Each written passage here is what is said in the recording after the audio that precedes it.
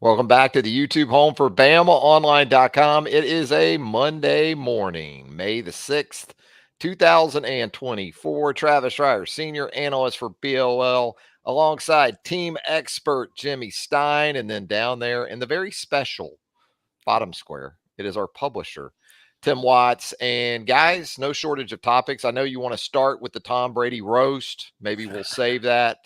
Stayed up late watching that on Cinco de Mayo, no less. So, but we talk about the 5th of May and we talk about that number 5 position for the Alabama men's basketball team, kind of synced up on Cinco de Mayo, that Alabama would land an important commitment from Rutgers transfer. That's right, Big Cliff Omoruyi headed to the University of Alabama. Tim, we did a breaking show on that topic yesterday. So, Jimmy, let me get your initial thoughts on Omoruyi's addition and kind of where this leads Alabama.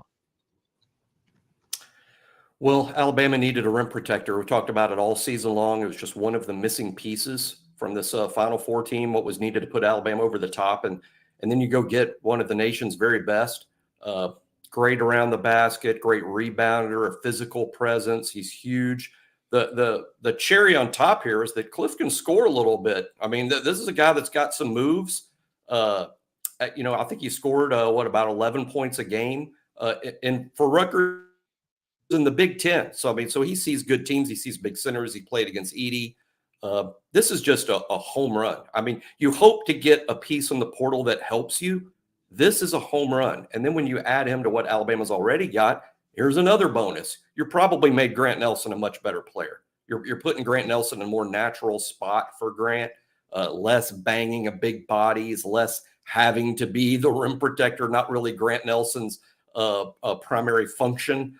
Grant can play a little bit away from the basket now where he's at his best. It's just a home run and just one more sign that Alabama has a truly elite basketball program right now, thanks to Nate Oates and his staff.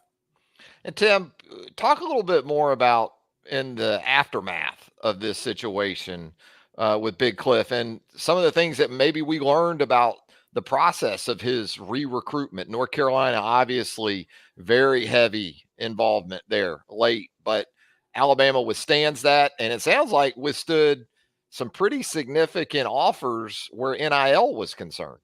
Yeah, Alabama was never going to be the highest NIL offer for Cliff. There was other guys, and I mean, it was kind of absurd with how.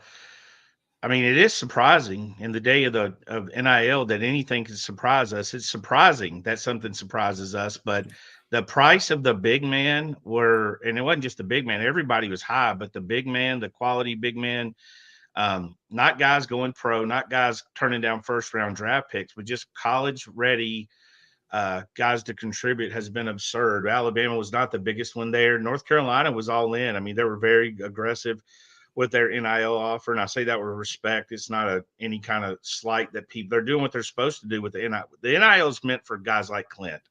This meant for guys like Cliff because he's a fourth-year guy. He's capitalizing on his name, image, likeness, his talents, and all that stuff. He's not a prep guy coming out of high school, but with Cliff, number of schools looking at him, the list was kind of weird. You had Georgetown in there. You had St. John's early on. Even the finalists of Kansas State, Bama, and North Carolina were kind of like, part of me thought, hey, this is kind of a setup with Kansas State knowing something we don't know. But, yeah, Preston Murphy outlasted him, obviously a big one. And at one point you had to worry because I'll be honest, if Alabama didn't get Cliff, I think it's a very strong roster. If they get Ugo from Kentucky, for instance, it'd still be a top 5 roster. But the emphasis from the fans on Cliff was unbelievable. I mean, it was right there. It wasn't as long as Ryan Williams' hype, but at its fever pitch, it was as high as Ryan probably. I mean, it was 4 or 5 threads a day, asking for hourly updates, and the build up to it was immense. So great win for Preston Murphy. Yeah, Tim, I guess Alabama, with or without Cliff, was going to get a big. They were going to add a big, but this was the big in Cliff Omoruyi. And so in terms of guys, preseason expectations, potentially preseason top 2, top 3, in a world in which Mark Sears is back for 2024, 2025. Jimmy, I'll start with you. Is it too much of a leap to think that this next team could start the season in that top spot? With Sears back, I would almost expect it. Mark Sears is a household name in college basketball circles. I think him coming back would be headline making, and not just in the Alabama market. I mean, it would be a real big deal, and it's hard to imagine a better starting five, and it's hard to imagine a better roster in college basketball. I mean, UConn's back-to-back defending national champions, and it's hard to imagine that even UConn's 1 through 13 can match up with Alabama. That's what I want to stress. The starting lineup's going to be good. It's going to be fine.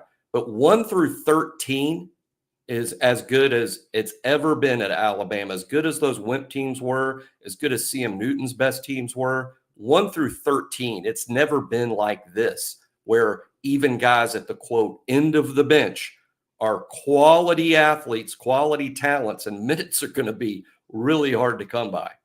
Tim, never to undersell Danny Hurley, because he showed us last year he can take pretty much a revamped roster and do it again as far as UConn and back-to-back national championships. But to Jimmy's point, 1 through 13, and even if you just look at a potential top 8 for this team, the lineups and the way in which you can play guys now at different spots, if Mark Sears is in that mix, it's almost like in the top 7 or 8 guys, you've got 13 guys because of the versatility.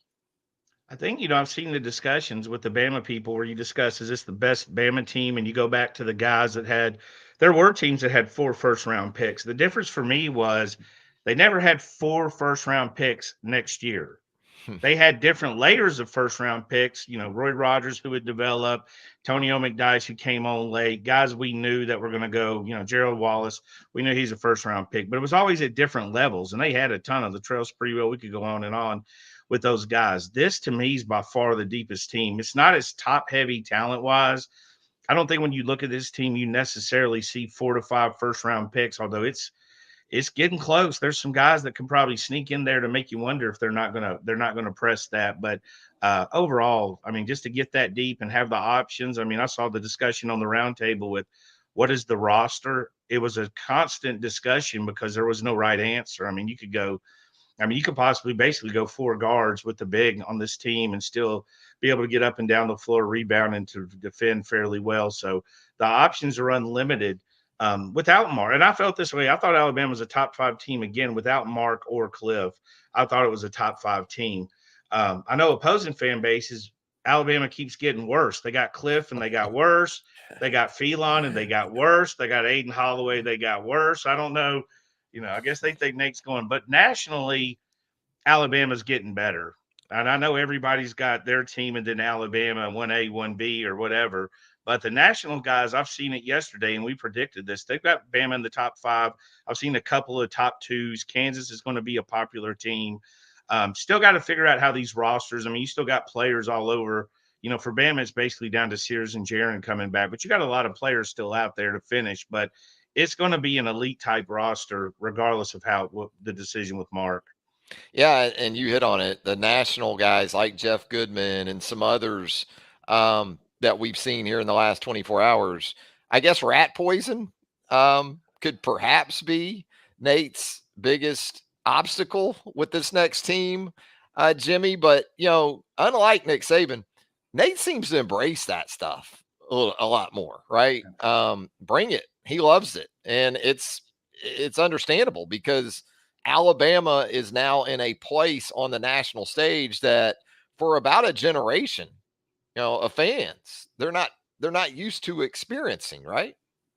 Yeah, Nate's not about coach speak. He'll tell you exactly how he feels. And the challenge is, how are you going to build the team? I mean, these guys haven't played with each other. I mean, I'm bringing this up all the time. I know Tim's a huge NBA guy. They built this dream team years ago, Miami Heat, when they had the threesome, Bosh and Wade and LeBron, and they were bringing a championship to Miami. Well, that first year they didn't. That first year they just made the playoffs, and that was it. After that, then they started winning world championships. And I think the point is, even at that level in the NBA, there needed to be some chemistry that took over a year to build. Well, you don't have a year in college basketball. Your roster is brand new now every year. And I think each year it's a fair question. I mean, can the coach blend all the pieces together and make a winning unit out of all the parts? It's a fair question. It's just that Nate now has that track record of proving it. I will say, you gotta give the F's to not be able to make those decisions, and I don't think Nate gives them. I think he's making decisions. I mean, we saw him leave Pringle on the tarmac before the NCAA tournament. I mean, this is a guy that's not going to lack his convictions, and I don't think there's a lot of begging going on. I think you're right though. NBA obviously got a lot of egos. You got a lot of egos even at this level. You got a lot of playing time questions, but ahead of the curve, talking to these guys about how this roster is going to shape out, it's kind of helped knowing their role. But it's the best of every world to have the situation. We saw it with Saban several times. Who's going to play? Who's going to start? Who's going to be the running back? Who's going to be the guy catching passes? But I do think that there's a few guys right now. I would think Hurley's one. Bill Self can finesse it. Nate Oates is definitely up there as a guy that can handle his roster. So you're right, though. Blowing it up would be a worry. But with Nate, I just don't think he's going to have an issue, doing what he needs to do. WDM checking in here in the show chat. Gonna take it down a notch or two, guys. I know we are all homers here, WDM says, but can we let them play a game together before crowning them? No, I mean, where does champs? this come from that we got to slow down excitement? Why do we have to slow down our excitement? Because we got to no. You don't have to slow down. We say this all the time. If you want to be subdued and chill, fans can be chill. But also, I know the ones telling me don't get excited, the first ones going, "Oh my God, Tony Mitchell's in the portal." They're the first ones overreacting. So no, we don't need to slow down. We need to talk about what Nate Oates has done, the great players he's bringing in at every level, portal, high school, and players he's bringing back. Absolutely, we should be talking about this. It's the beginning of May. Now, we've talked what else about are we going this. to talk about? We talk about this also more than probably any show out there, Tim, that there are so many aspects to college basketball that have to work in your favor ultimately. Yes. No matter how talented you are, Jimmy. It's long been, to me, if not the toughest national championship to win, it's right up there near the top because it's single elimination like football, but it has been a 64-68 team tournament. Football was pretty much a 2-team thing at the end. It was tough to make the top easy. two. Nobody's crowned Alabama. They're not even the preseason right now, number one to win it. No, but nobody said any of that. Maybe he missed the whole show except for the questioning part. But I think there is a mindset among a lot of fans. There should be. We did it every year with Nick Saban. Don't get too excited because you're kind of securing yourself in case this team doesn't live up to it. You didn't ever really allow yourself to get too emotionally invested. Although, to your point, Tim, I think a lot of times people who say that publicly, that they're more emotionally invested than anybody. Oh, absolutely. I haven't thought for a second Alabama's a lock to win a national championship in basketball. I've been watching that tournament for as long as I've been alive, and there's been a million upsets in that thing. I mean, every year you see some team make a run. We've seen guys win at Villanova, NC State from when I was growing up. So it's hardly a lock, but absolutely, Alabama fans, y'all should be excited about your basketball program. Absolutely, you should be excited about Cliff because you're beating North Carolina with 7-figure NIL bids, and you're beating Kentucky down from getting your coach. Absolutely be excited. I love it, Tim. JT83, this is my point too. Jimmy, I get your response to this as far as expectations when it comes to hoops. And also, as JT83 points out here, I agree. I think the tournament in basketball and college baseball, if I had to pick two, especially among the top 3 or 4 sports that a lot of folks are interested in, they'd be right there together. Yeah, back to the NBA, turning this into the NBA hour. But, if the NBA played its postseason on a neutral site, one game, single elimination, you wouldn't end up with the same champion that you do in versus the format we have right now, where it's all best of 7 series over the course of a month and a half. If you played a single elimination tournament, any of the 16 NBA teams that made it to that neutral site floor, any of the 16 could walk out with that trophy. And that's how you best describe what the NCAA tournament is. It's about who's playing the best at the end. It's not about who played the best since November. It's who's playing the best right now. It can be anybody. I'm not going to invoke, Yale for some reason here, but the point is you can run up against anyone that can knock you out in that tournament. Anyone can beat you in that NCAA tournament. And we've seen number 1 seeds lose to 16s. Happen much, but we've seen it. And 2s lose to 15s. That's not Sasquatch sighting rare. Anything can happen in that postseason tournament. All you can do is play the best you can all season long and get the highest seed possible to make your path to the Final Four, quote, as easy as possible. But that's all you can do. And then once you get there, see how the ball bounces. WDM with a clarification here. I'm an optimistic pessimist. I hope for the best, but fear it won't happen. There it goes. I appreciate it. I know how it is. It's all hard. Good, WDM. But that happens. You get a commitment. It could, no matter who it is, and you wonder how it affects somebody else. If that's your first reaction, it's probably best to enjoy it. That's why the one thing I know about this basketball team, regardless of what it does, is I'm going to enjoy it. There's going to be a lot of games I enjoy watching. I said that last year when we said Sweet 16 would have been sweet. I found that was a fun year. Obviously, the Final Four took it to the next level, but nobody's giving them the national chance. They're not even going to be the number 1 team, but they are, speaking factually, going to be a top 5 ranked team next year with the caveat that Arkansas and Kentucky and Auburn and all those guys are going to be – Auburn's going to be a good basketball team. Mm-hmm. Bruce Pearl's a hell of a coach, and they're going to have a good roster. And this thing's brewing to Twitter where that's all you got, and we got some good things coming. So the SEC is going to be good again.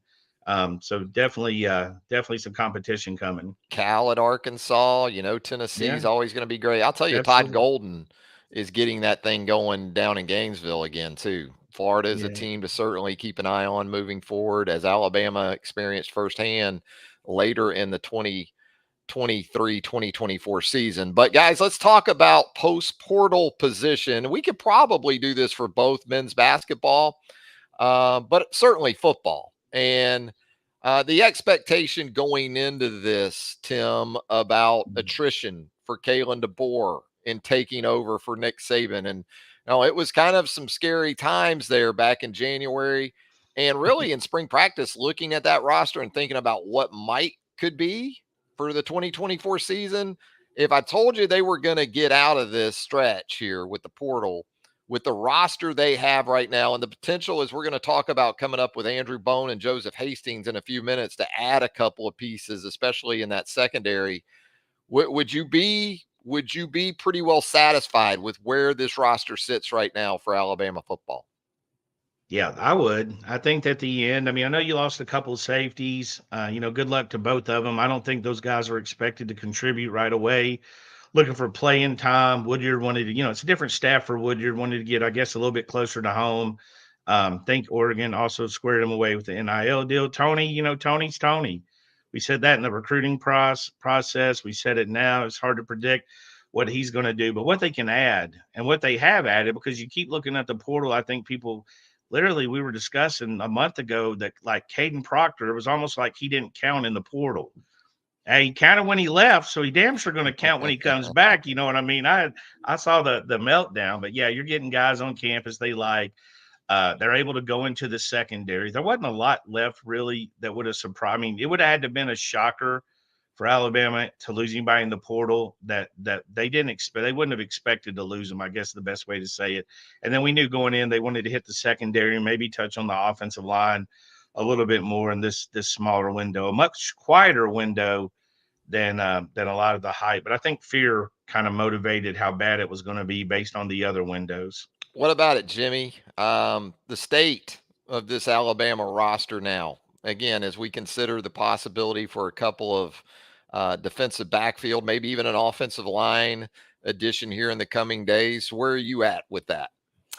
It certainly could have been worse. I think if you'd asked any of us years ago, hey, with the transfer portal, what's it going to look like when Nick Saban retires? And I think we all would have been really nervous about what that might look like.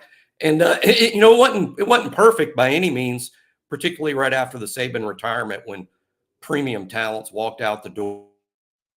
Several, I mean, several of those are really good players, big time kids, Caleb Downs, Isaiah Bond, that group. But overall, in terms of where you're at now, approaching mid-May, with the portal closed and down to the last couple of recruitments, I think they're in great shape. It's I think look at the preseason polls. We're just talking about the preseason polls in basketball, relevant in football too. You could say that the preseason poll is a national perception, the national perception of where your roster is. And I think Alabama's going to be around fifth. That's a guess right now in terms of where Alabama will be in, for instance, the Associated Press preseason poll, around fifth. And I think Alabama's got a top 5 roster. I think during the Saban heyday, you could argue it was one or clearly one. Probably not the case now. But what you want to be is in the top group. And I think Alabama's roster is in the top group with the Georgias and the Ohio States and the Texases. I think top 5-ish sounds right to me. And from this point, it's about learning the scheme, staying healthy, and just seeing how the ball bounces in the fall. Let me ask you about this, Tim Watts, because we have a comment from Sarita Vlogs here in the show chat, who says, every time I see a highlight with Caleb Downs, I want to pull an Elvis on the TV. But back in January, upon the departures of Caleb Downs and Caden Proctor, if I pose to you, you can have one back. You can have one of those two back. You can have Caleb Downs back, or you can have Caden Proctor back. And looking at this Alabama team and understanding right now, Alabama's still in the market, it looks like, for help at the safety position. So this isn't an attempt to underscore anybody in this discussion. But if you had to pick, who are you picking of those two? I mean, we discussed it before. It's a no-brainer. It was Proctor. I mean, just look at the needs, look at the impact, look at what the left tackle does. He was a true freshman and had, 2 full years left to get better, got better as the year ended. It has nothing to do with Downs, who's an excellent downhill safety, certainly a good football player. But then if you add in the fact they're going to get Keon Saab and a few other guys, I think you feel a little bit better. But just Proctor over Downs, I think your heart might say Downs because he was the better player during the freshman year. But your football guys that love football and understand football knew Proctor was the guy. And I don't think the coaches can answer that publicly, but I think that would be their answer rather easily, because you're not getting anybody near Proctor in that portal at left tackle. You seen anybody close to that joker? And not that Downs wasn't special, but I've seen some good safeties in the portal. I ain't seen nobody in the stratosphere of Caden Proctor so far. Yeah, positional value, Jimmy, I guess that's the default in a situation like that. Safety versus tackle, left tackle, and also understanding Caleb was more than just a safety. He was excellent at times in the return game. So again, not an attempt to undersell the departure of Caleb Downs, but just more about looking at what the impact of either would have been with where this team wants to go in 2024.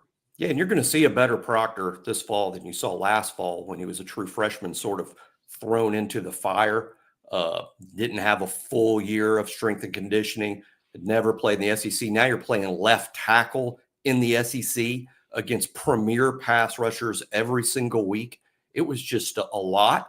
And what you wanted to see from him last year was improvement. Okay, this is going to be too much. This is going to be a lot. But are you going to get better as the season progressed?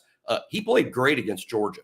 I mean, I was week or game 13. He was really good against a truly elite football team. He did improve, and I'm excited to see what he might be this year. But Proctor first Downs, it's Proctor for me by a mile. Look, if you're the best offensive tackle in the draft, you might be selected number 1 overall. If you're the best safety in the draft, there's a possibility you won't be taken in round 1, period.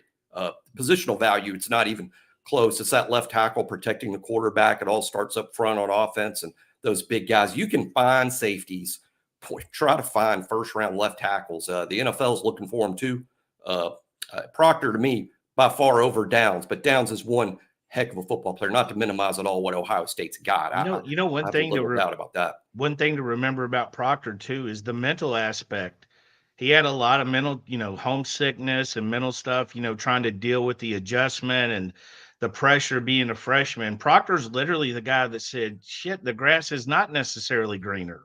So he went, there's going to be a certain resolve and peace of mind because now he's not coming into the SEC for the first time. Now he's went and said, hey, I can handle it. I was happy. I did like it over there. I do like my teammates. So there's going to be a relaxed, also on top of the maturity level that probably goes with that because he's had quite the, he's had a lot of drama, in that during that portal window from the mentioning Iowa had been, Potentially tampering.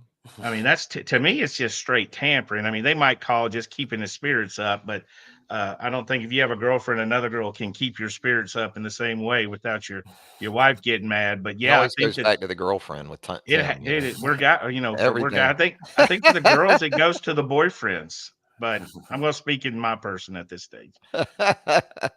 Well, we expect nothing less, and that's exactly what we want from Tim Watts here on the YouTube home for BamaOnLine.com. By the way, if you haven't subscribed to our BOL channel here on YouTube, you need to do that right now. Hit the subscribe button, hit the like button if you don't mind. Turn on those notifications. You just tap on that bell right there, and you'll get all of our YouTube content as it drops right here on the YouTube home for BamaOnLine.com. And Jimmy, before we let you go and we move to more quad box discussion of Alabama recruiting, Alabama baseball and softball from over the weekend. These two teams in some ways kind of mirror each other, especially when you just look at conference record for both Alabama baseball and Alabama softball.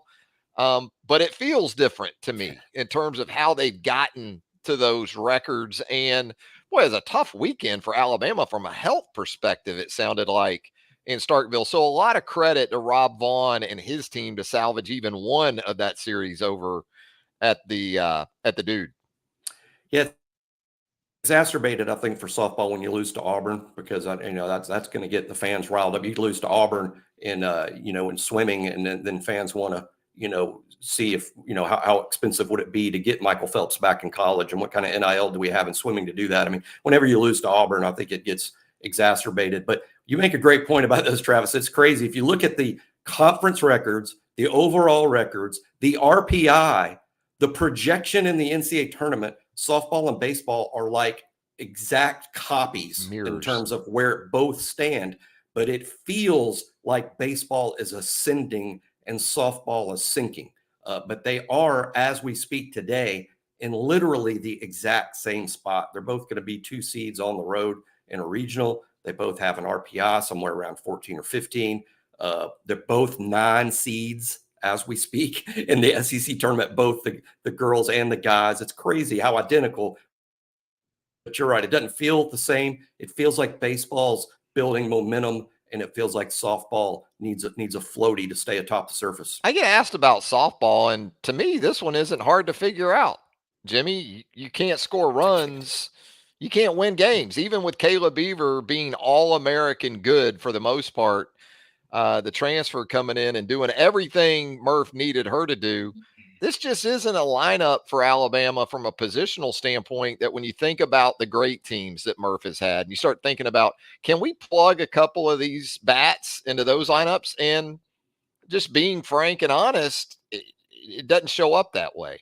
That's right. This team has one path to win, and that's to win like 2-1. That's their path, 2-1, 3-2. It's where it starts getting a lot of runs scored. They can't score. They can't hit. There's only a couple of good hitters in the lineup. You feel like, hey, once you get past Halen, maybe Jenna Johnson, maybe someone else is swinging it pretty good, so they're batting 3rd or 4th. But boy, you get to the rest of the lineup and you feel like we're just not going to score until the lineup swings around again and gets back to maybe Cahalan. They just can't score. But the pitching has been outstanding. Not just Kayla Beaver, who's pitching All-American level, but the freshman Jocelyn Brisky. Yeah. She's going to be an ace going forward. She's very good. Alabama baseball, the silver lining here is these last 2 series of the regular season in Tuscaloosa and huge, right, with LSU and Auburn on tap. Yeah, I think Auburn's on the road, actually. Oh, okay. Okay, but LSU is playing really well, of course. Their schedule luck, too. It's when you play teams. It'd have been nice to play LSU about 2 months ago when they weren't playing well at all. Now they're playing well, the defending national champs, and they recruit like crazy. It'll be a difficult series to win, That is life in the SEC. It's just absolutely brutal in the SEC. You don't play somebody good every week. You play somebody great every week. And another great team rolls into Tuscaloosa next weekend, and somehow you got to find a way to win 2 out of 3 when you're at home. And they're playing well. It was a gutsy job to find a win in Starkville with the team struggling with the stomach virus type issues. Even their best hitter out of the lineup on Saturday, they had to play their shortstop in the outfield. I mean, that sounded like something happens in a little league. But gutsy 1 out of 3 performance by the baseball team in Starkville. And you're right, that Auburn series is on the plane. So Alabama will close the regular season with 3 out of 4 SEC series on the road. Not easy to navigate by any means. Hey, Jimmy, as always, we appreciate you taking the time here on the YouTube home for BamaOnLine.com. Always look forward to your great interaction with all the Alabama fans right there on the roundtable. Our premium message board right there at Bama Online. You're going to find Jimmy and the rest of us. And look forward to catching up again soon, Jimmy. Got to listen to the rest of the show, guys. See you, Jimmy. Yes, thanks, Jimmy. Right. There he goes. Jimmy checking out on a Monday morning. And you know what that means, right, Tim Watts? Your favorite people. Andrew Bone just below me there. Joseph Hastings diagonally. It is Quad Box Recruiting Talk with Tim Watts. Joseph, you've got the job. Quick, this is not an audition. You've got the job. I like those frames, JoJo. He shows up making us look bad. He's about to be fired. He showed up. Where does he get the On3 shirt from? I mean, it's amazing. It's like I'm out here buying my own hats. It's a senior portrait today. What the heck's going This is on? an interview? Okay. And he's showing up in drip. Got an iron press. You got the job. Relax. Can't get All in here. buttoned up, yeah. JoJo's in, special. boys. He Welcome is. in. Hey guys, obviously a very newsy weekend in a lot of ways on the recruiting front when you consider the transfer portal, probably first and foremost. Andrew Bone, such great coverage by you guys on the roundtable. I mean, just nonstop. It seemed like the updates were coming. So, Andrew, give us some of the highlights from the weekend. We knew Alabama had a couple of defensive back targets in mind. There was some change there, maybe based on some positive feedback that Alabama had received from one of those targets. And then we learned of the potential for even more, including an offensive lineman from Michigan State. Yeah, I mean, it was a pretty busy weekend for Alabama as far as hosting kids. There was a lot of moving pieces. We always say things are fluid, especially in the transfer portal.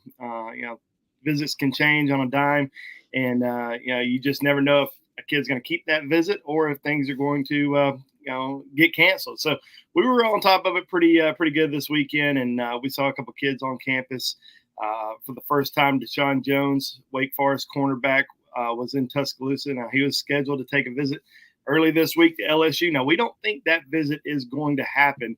I think everything went really well with Alabama this weekend. Everybody's still kind of waiting to see what might happen over the course of the next, possibly the next few hours. So keeping an eye on Deshaun Jones, and that's obviously a big position of need for Alabama at cornerback. It was noted last week in our roster tracker on BamaOnLine that there's only 5 scholarship cornerbacks on the roster as of right now. We feel like that's going to change here pretty soon. But, adding a big piece there like Deshaun Jones, a guy who's had a lot of experience, playing at Wake, started the last couple of years. He's going to have, I believe, 2 years left to play. So that would be a big addition there if Alabama was able to get him on board. Another defensive back that was on campus, probably let Tim dive in a little bit there, but King Mack, former Penn State safety, that would be another safety addition if Alabama was able to get him on board. But I'll let the other guys kind of dive in on some of those other players who were in town. But I felt like I would just talk a little bit more about Deshaun Jones and y'all touch on some of these other guys. Hey, Tim, so with that, obviously Cam Howard was added last week at the safety position from UNC Charlotte.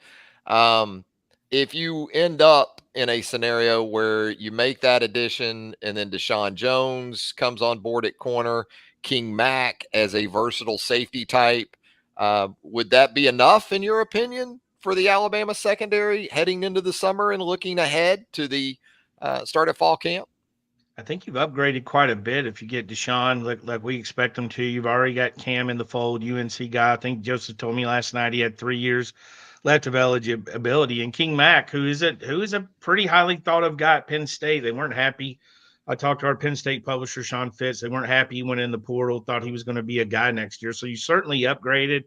I think when you get to that point, you're probably looking at one spot left of those three. You got one on board, you got a strong possibility, and you got another you're expecting. If they all come on board, you might be down to one spot. I mean, that's going to be pretty tight. So do you choose a linebacker like Caleb Jacobs? Is that a guy on the board? Andrew talked about Geno.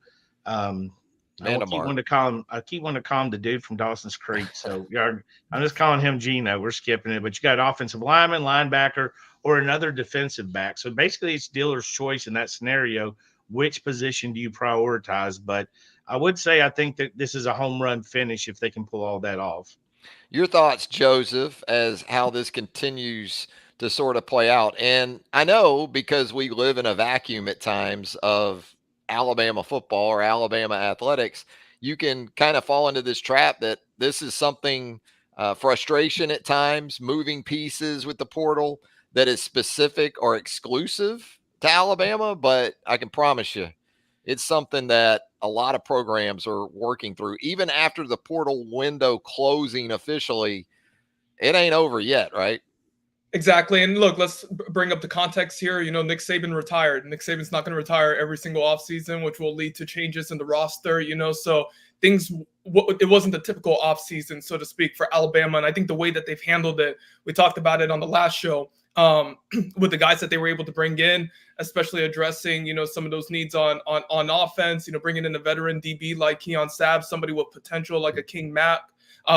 You got some experience with Deshaun Jones if they're able to land him. So I think, and all the other players that they've landed, it's been a dozen so far through the portal. I think they've done a really good job of roster management. Now it's just about, closing things out, addressing those positions of need. Do you fill up again on cornerback? Do you go for Khalil Jacobs, the linebacker, Geno Vandermark, offensive lineman, like we were talking about? But, to be honest, considering everything that's gone on, the craziness of the transfer portal, the fact that Alabama had an additional, portal window on top of everything because of Coach Saban's retirement, I thought that the program has handled this exceptionally well.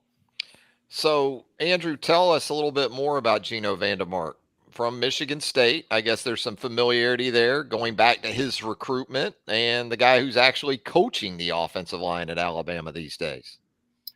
Yeah, I mean, Coach DeBoer mentioned, offensive line, defensive backs when everybody kept asking them about the transfer portal, what positions they were going to go after. And obviously, they were able to add Caden Proctor back. They've been able to add Cam Howard, looking like they're going to add a couple more defensive backs here pretty soon. But they were also still looking at, on offensive line. I think the interior was certainly an area, of concern, just from a depth perspective. And I think every time a player entered the transfer portal over the course of the last couple of weeks, you always try to connect the dots. Who coached this kid? Who recruited this kid maybe from another school and they went somewhere else? So, we're always trying to connect the dots there. When Geno Vandermark entered the transfer portal, this is a kid that started on the interior. He's also played as a guard, but has also played center at Michigan State, was recruited by Chris Kaplovich, the Alabama's first-year offensive line coach. So there's a connection there, and this is a guy that, is it at an area of need. Now, there are other schools that are involved that have heavily recruited him since he entered the portal last week, including Oklahoma, Ole Miss, South Carolina, Duke, Arizona State. But this is a guy that I think Alabama really likes a lot. I think they would gladly take him for depth purposes. I also think that, he could come in and compete. Like I said, he's got experience at guard. He's got experience at center. And there's not a lot of depth there. So if you get somebody to come in and, willing to potentially leave a Big Ten program where you are a starter, a returning starter, to come in and potentially play at Alabama, I think, this is a kid that would be looking more at, development and a chance to maybe come in and earn a starting role. And Tim, I think on to go on what Andrew's talking about with the interior offensive line, we naturally look at tackle, and it seems like again there's this forgotten element somehow that Caden Proctor is back. So you are good at one spot, and you have numbers at the offensive tackle position, especially when you put Proctor into that mix to go along with, apparently now with the window closed, Elijah Pritchett, Wilkin Formby, Miles McVay, Naquil Bertrand. We saw in the spring Ola Salinen work some at tackle. He's got some of that in his background. But James Brockermeyer left, right? So to add a veteran piece, understanding Parker Brailsford had some issues he was working through in the spring. This is a guy in Vandermark, started 6 games at right guard for the Spartans last year in the Big Ten, has some experience working at center. You need some versatility and some experience beyond Jaden Roberts and Tyler Booker, I guess. Yeah, I mean, seriously, if you like get down to the nuts and bolts and the blue collar and the versatility, has there ever been how many people are having more value than Barrett Jones to the University of Alabama? I mean, Unbelievable. seriously, it won't. I think in hindsight, I mean, if you go back and look, maybe on the surface, you start naming players who are better, but the guy did everything. And that's kind of what you look for. You got a guy, and they do that in the NFL. You got a guy that can play center guard. I mean, that's a huge advantage. If he can kick out to, even if you get kick out for a quarter at tackle, if you can just hold the fort while somebody's getting their ankle taped, your value is immense. So I agree with that. The versatility guy. Because you kind of, you got Parker at center, you got 2 guards, you got a pretty good basis for an offensive line between, left tackle to right guard. You got 4 guys that you think are pretty good, 1 spot open, but anybody that could come in and compete with them and push them. And again, it's not hard to get an ankle rolled up on. It's not hard to have somebody hit your helmet, your knee with a helmet, and you need a few minutes. So all those guys like that are certainly valuable. And again, kind of like how we've talked about with the secondary, it's not to devalue the young guys that Alabama has been able to bring in, because I know you, JoJo, you have a background with guys like Joe Ionata and these young offensive linemen that Alabama most recently added from the prep level. There's still a lot of optimism there with those guys. There definitely is. You talk about guys like Joe Ionata, like you mentioned, Casey Poe as well, who can also have some position versatility, in the interior of the trenches. William Sanders, you talked about the addition of Naquil Bertrand from Texas A&M as well. So, you kind of have to, you like where Alabama stands with that starting 5 and how things are looking for the offensive line and the experience that they're going to be bringing in. And, getting Caden Proctor back into the fold, as you mentioned, was a huge addition.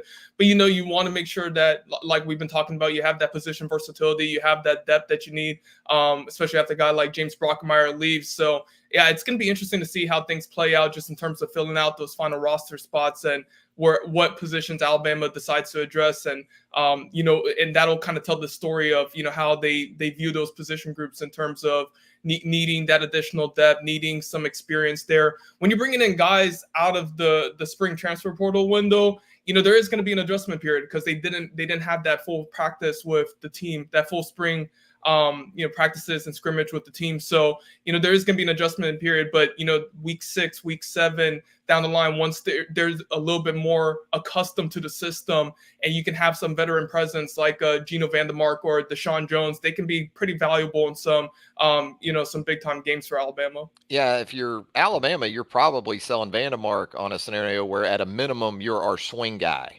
between guard and center, right? And the potential to be on the field quickly. And we've seen it with past guys. Landon Dickerson came in late and adapted very quickly, had Barrett Jones-like value between guard and center.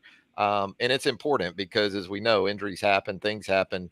You need all the quality options you can get. Andrew, I know you wanted to talk about running back targets on this Monday. So give us a little bit of the 411 on AK Deer. Really a situation, again, like a lot of this staff we've seen coast to coast in terms of the search for players at certain positions. Yeah, I think, the biggest question is, who else is Alabama going to be able to get in this running back class? They have a commitment already from Anthony Turbo Rogers, who committed to the Tide last summer. So he's been committed for a while, but there are other schools that are still attractive to him, and he's taking visits. He's been sort of quiet on the recruiting trail. Now he's come out and said that he's still solid with Alabama, but it's going to take some visits. So you also have to give yourself some options just in case, let's say Rogers does end up going somewhere else.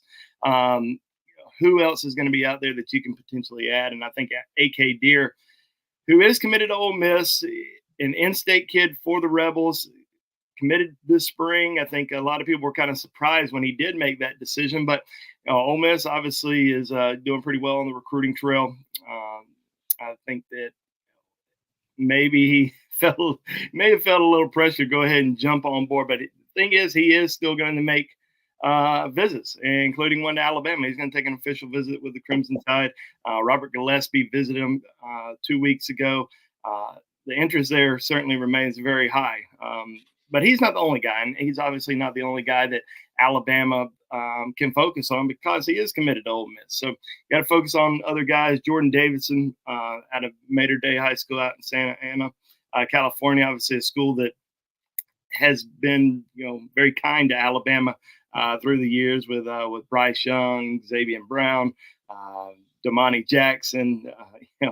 They've sent plenty of guys to Tuscaloosa. So he's a guy that they really like a lot. Has Alabama in his top 4.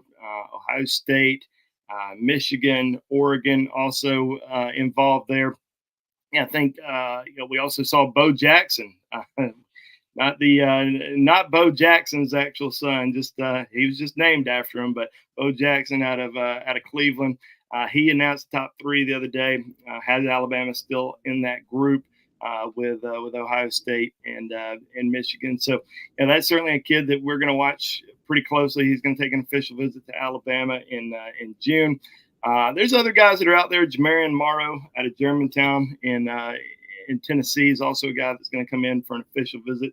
Shakai Mills Knight out of the Baylor School in Chattanooga, Alabama, signed his teammate Amari Jefferson in the 2024 class. He was offered this spring, came down for a visit, going to come back for an official visit. So those are some of the guys that we're watching pretty closely. There's others that are coming in for officials. We kind of have that list over on BamaOnLine.com, but definitely intrigued to see what happens at this running back position because I think they'd like to get a bigger back, 200 plus pounder, plus somebody that a little bit more of a scat back type guy, like Anthony Rogers. I think they'd like to keep him on board, but if he decides to look around, they're also going to look around and they've got some options there. Yeah, maybe a little 4-wheel drive, right, to go with that speed. Right. Be a nice compliment. Hey, JoJo, give us a little bit of your thoughts on the high school visitors. I mean, it's pretty significant, right, from over the weekend that Alabama was able to host. It wasn't all about the transfer portal. So maybe some early returns, some thoughts that you have on how the weekend went from that perspective. Yeah, so you got Damian Shanklin in the fold. He got an offer from Alabama a week and a half ago. On 3 Steve Wilfong was able to catch up with him. He said the visit was great. He liked everything about it. The expectation is that he will return on campus for an official visit, though it will be interesting to see when that actually gets set up, as his 4 weekends in June are currently booked. But, a midweek visit, maybe a rescheduling of one of those other trips, or potentially even a game day visit in the fall, those could all be on the table. Micah DeBose, 2025 offensive lineman out of Iger High School in Alabama. He's somebody that we've been watching for quite some time, just in terms of Alabama's pursuit of him, going back over to Nick Saban's staff. He's been on campus plenty of times over the past year or so. Returned on campus on Friday, has an official visit scheduled for June 21st to the 23rd, which is right before that dead period, that multi-week long dead period in the summer. So it's always good to get those guys on campus right before officials. He visited in April as well. So, there continues to be interest in Alabama. He's built a good relationship so far with Coach Cap. Kind of has liked everything that he's seen so far from the program based on our previous conversations with him and intel coming out of his visit. So, Micah DeBose is definitely a name in terms of offensive line wise that we're watching in the 2025 class. And then also Ty Jackson, he returned for his second time in the spring. And, obviously there's a lot of discussions about how many linebackers Alabama has in this 2025 class, but Ty Jackson's the number 1 linebacker, in the 2025 cycle. He's one of those, can't miss type of guys, where even if the numbers are crunched, you take him He's that big time of a prospect. So, hoping to catch up with him soon, get his feedback on it, see when the official visit is scheduled. But yeah, it's a trio of pretty good visitors for Alabama here this past Friday and this past weekend, I should say. And with that, guys, how about we do a little roundtable Q&A? How does that sound? Andrew Bone with the idea here. So we credit Andrew for that. And we've got some questions to get to. Tim Watts, we're going to start with you.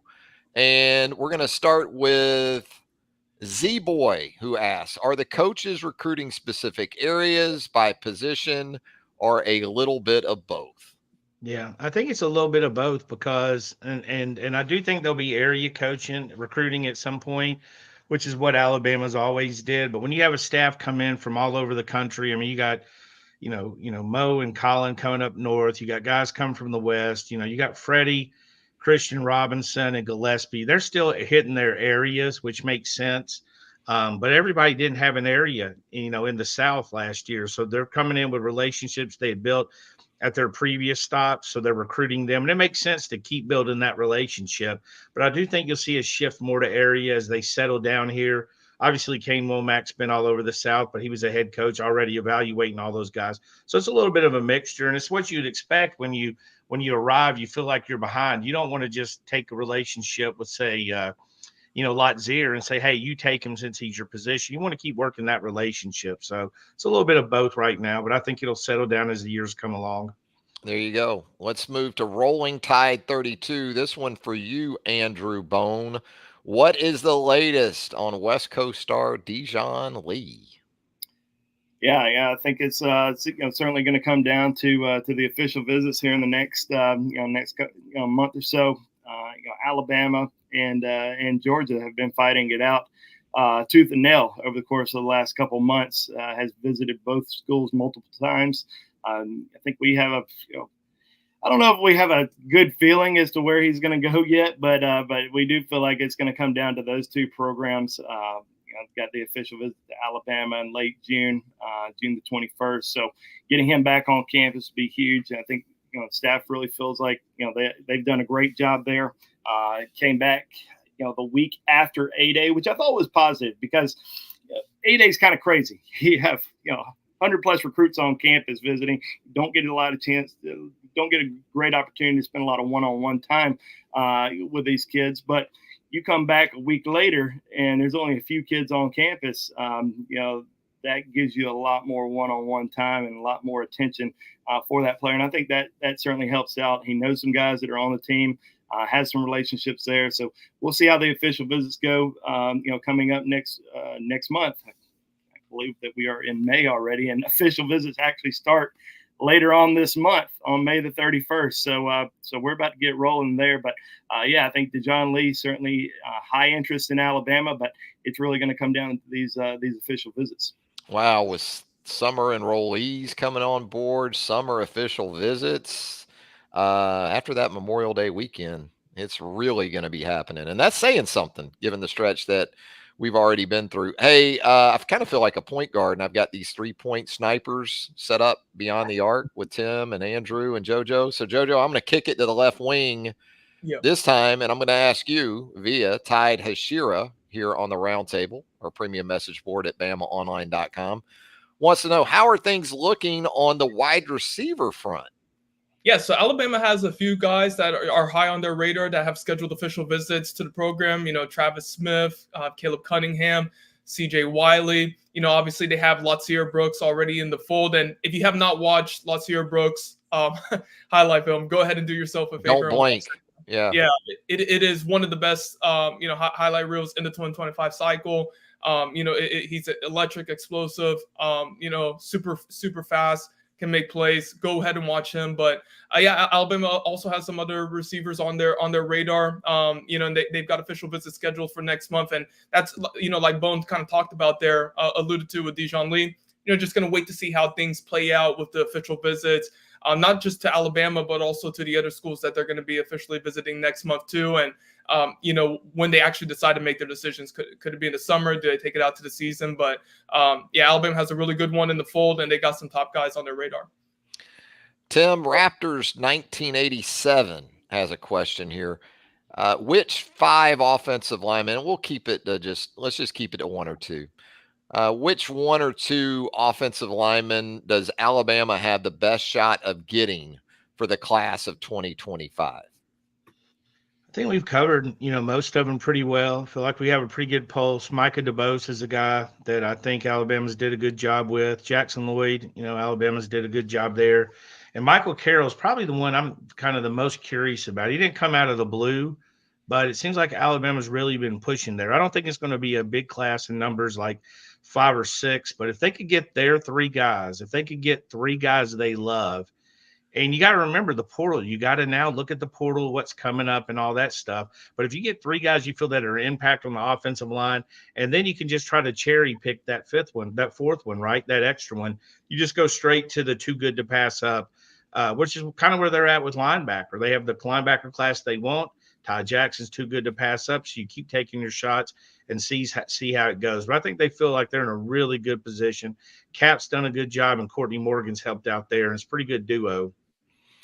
Definitely seems to be the case. And as we keep it moving here in the roundtable mailbag, this one, I guess I want to get feedback from probably everybody on this one. But I'm going to start with Andrew. It comes from Boxy on the roundtable message board. Exactly how many touchdowns will Ryan Williams score as a true freshman for Alabama during the 2024 season? And guys, I guess if I set the over under at 7.5 touchdowns for Ryan Williams, are you going over that? You going under that? And if you have a specific number in mind, go ahead and hit me with it. Total touchdowns. I was looking back at Washington's offensive stats last season, see how many times the wide receivers touched the ball, from a running back perspective. And I think just about every single one of their star receivers had at least one rushing touchdown last season. So they like to get the ball to their playmakers in a variety of ways. I think we're going to see Ryan Williams on the field.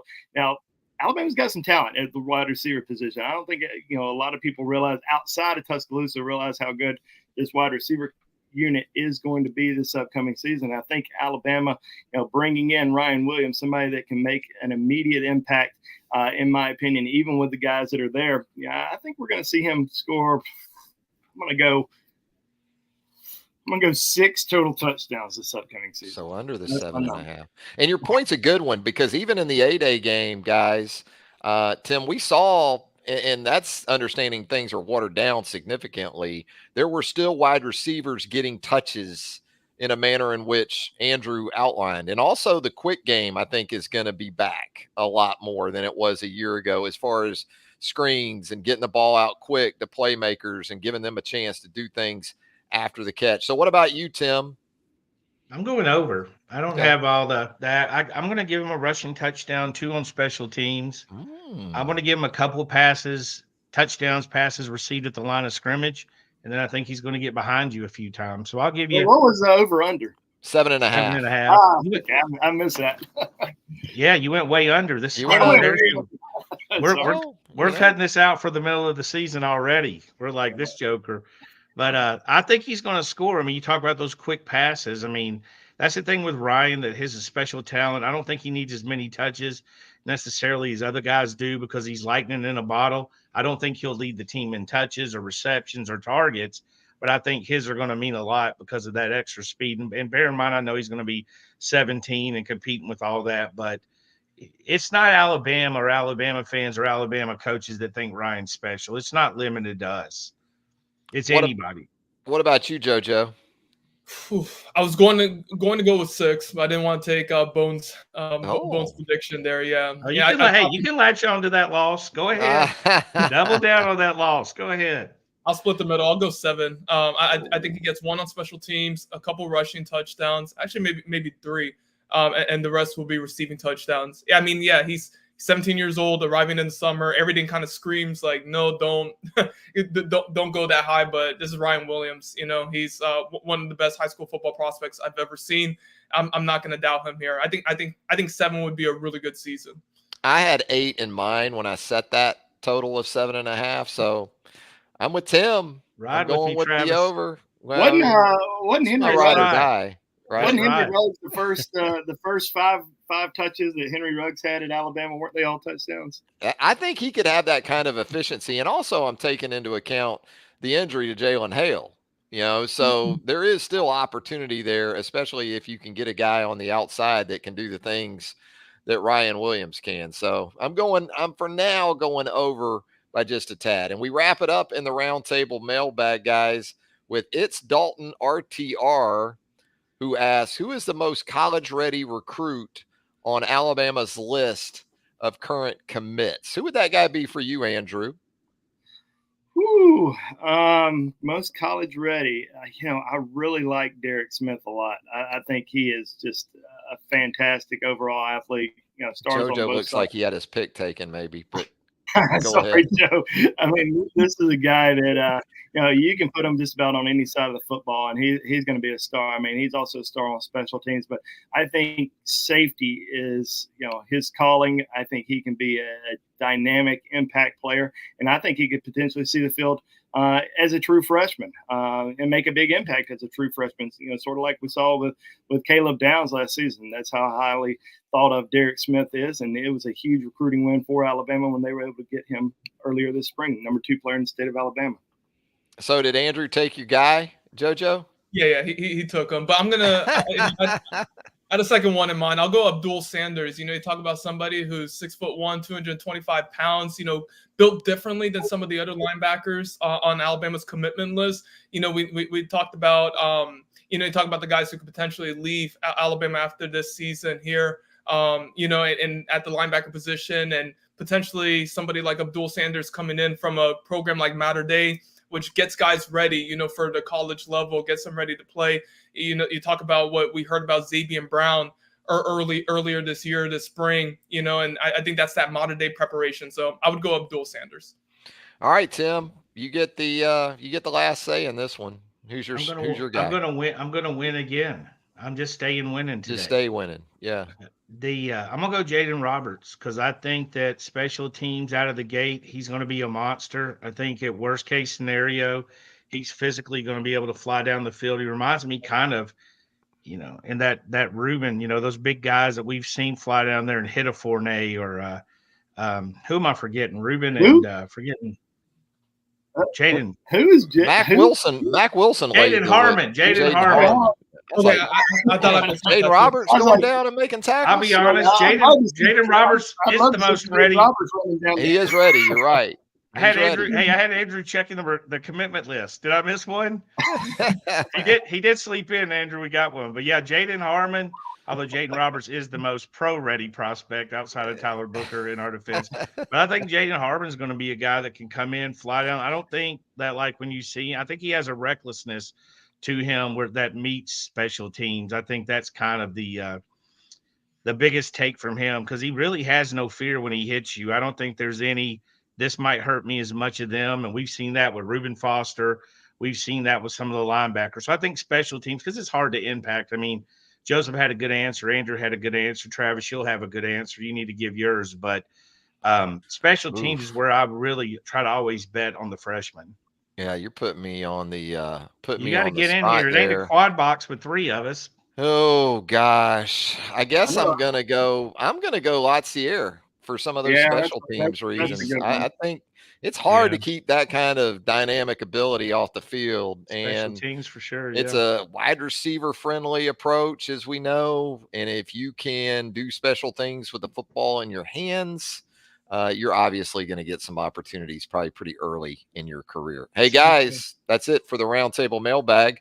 As always, we appreciate the contributions by our viewers, by our BamaOnLine subscribers, obviously, and look forward to doing this again in the very near future. Anything else, Andrew, Tim, JoJo, that you would like to get on the record before we get out of here? I just say you guys like and follow us. We appreciate that. We're closing in on 9,000, trying to get to 10,000. So pushed it up this weekend. Cliff was good. Got some Cliff love. We got some Portal love. Had a great crowd this morning. But we do appreciate the questions on the round table. And anybody that watches the show, thumbs up, likes. Even if you don't, we still appreciate it just for watching. Yeah, absolutely. Andrew, with the coverage at BOL right now is immense.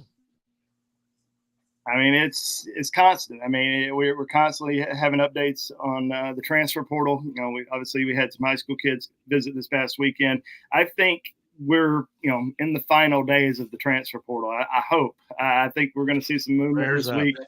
Yeah, prayers up. So I think Come we're going on to see now, some baby. movement this week, and Tim's going on a long vacation, so he's ready for he's ready to not have to worry about it too much. So, I'll be doing I'm still going to sneak in some of these from Spain. No. He's got those baby cameras I in gotta all see of our what Joseph's- offices. You I know, got to see what Joseph's wearing when I'm not in this country. I'm wearing a tux next time, so that's Hey. right. And Joseph, Yeah, by it's the way, a busy week. Joseph, by the way, with a great update right now on an Auburn commitment, still considering the Alabama Crimson Tide. Is that right, Joseph? Jacaleb Falk? Jacaleb Falk out of Highland Home in Alabama. So yeah, be sure to give that a read. He's got an official visit scheduled to Alabama for next month. So still considering the Crimson Tide. Great stuff from JoJo as well. So for these guys, Andrew Bone, Tim Watts, Joseph Hastings, and of course, Jimmy Stein, helping us out from a team perspective earlier in the program. We thank you very much for joining us right here on the YouTube home for BamaOnline.com. And until next time, so long, everybody.